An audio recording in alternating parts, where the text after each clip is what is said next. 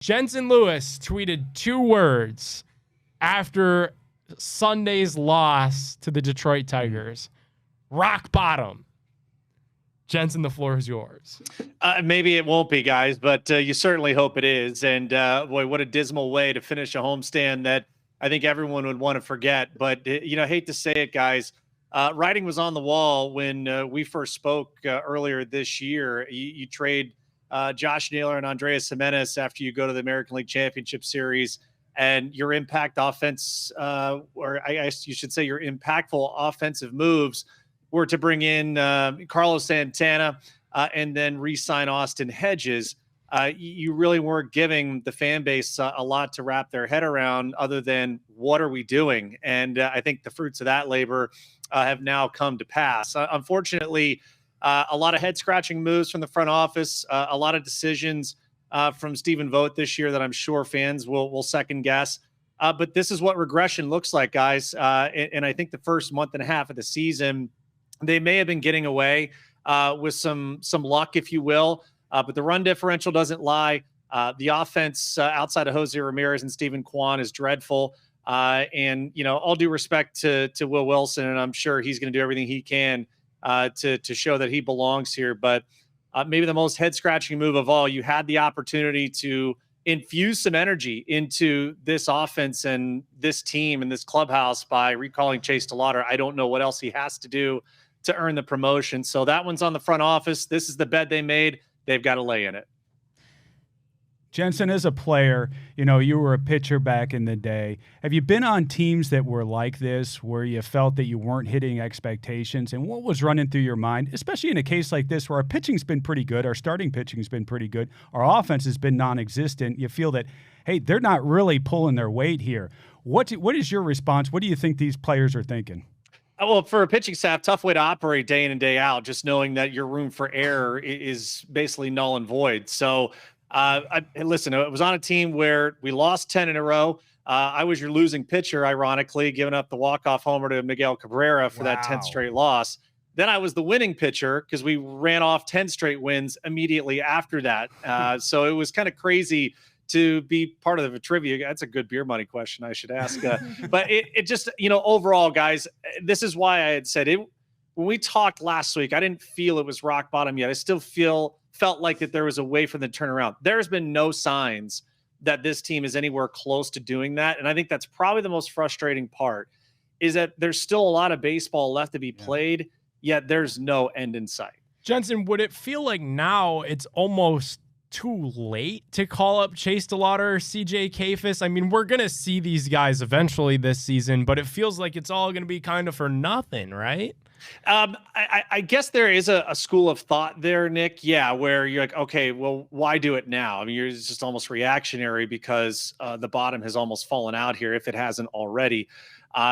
Post All-Star break, if you start to see some of the rumors come true about Emmanuel Clase being shopped around, Carlos Santana, hey, if you can get a bucket of baseballs for him, great job. But I just feel like, there's that point where, okay, why wouldn't we do this a month earlier and see what we have? And if they do inject that life, they are contributors, then you can kind of go for it before the trade deadline.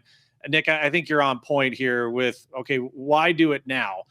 Is it the better late than never thing? Maybe. But I think the fan base is pretty convinced. There's no one that's going to convince the fan base at this point that the team is headed in the right direction if that's the reactionary move. And Jensen, how would you evaluate Steven Vogt thus far? Because right now I'm feeling for the guy, to be honest. 2024 AL Manager of the Year. We saw that little video of Craig Albertez kind of throwing sunflower seeds, and just the sheer relatable just defeat that overcame Steven Vogt's face. And he's pulling for these guys. He's trying hard. How do you evaluate him at this point? Yeah, and Gav, you're spot on. I mean, the manager takes it as hard, if not harder, than anyone else, because he believes that it stops with him of, all right, I need to put my team in a better situation. I've said to you guys the whole year, I didn't think he was dealt a fair hand. I don't think he's been playing with a full set of cards since day one of this season with what happened this offseason. That's for the front office to answer to, and they haven't done that yet. I don't suspect they will.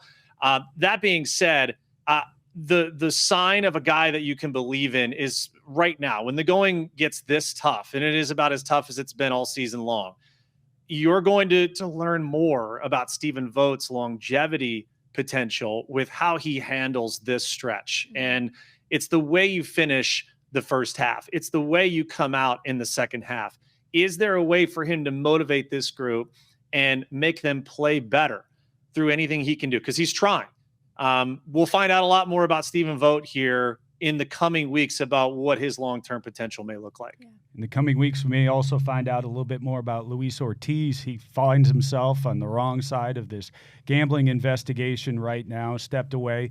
Major League Baseball is looking into it. What's your thoughts on that situation right now, Jensen? No sympathy, guys. If indeed the investigation turns up that, he was a knowing participant, guys, we have rules posted. You've all seen the Major League Clubhouse where right before you enter, there are the rules and regulations that goes for performance enhancing drugs, supplements, gambling, all the different things. And guys, if you feel that someone has approached you or tried to lure you into something is wrong, there are so many resources that are offered to seek help and ask for help of, hey, this is what's happening to me. How do I get out of a bad situation? So again, we'll wait to see what the investigation brings up. But if indeed, things come out, it's on the player to make the right decision. And I think that's what we're kind of waiting to see.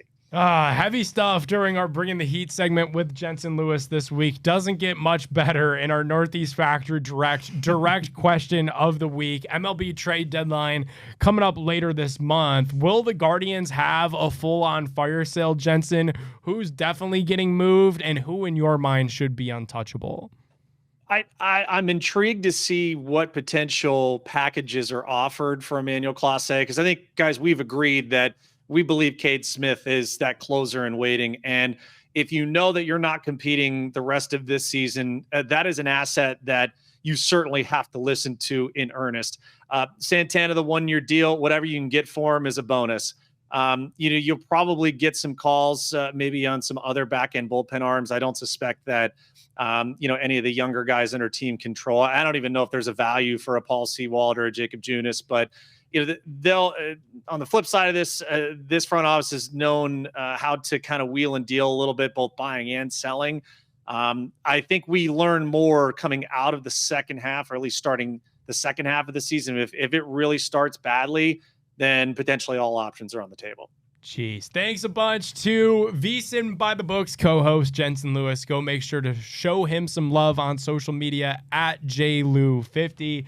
Jensen, your live posts during the Guards game, getting me through this thing. Go give him a follow on there, and we'll be back with more Bringing the Heat next week.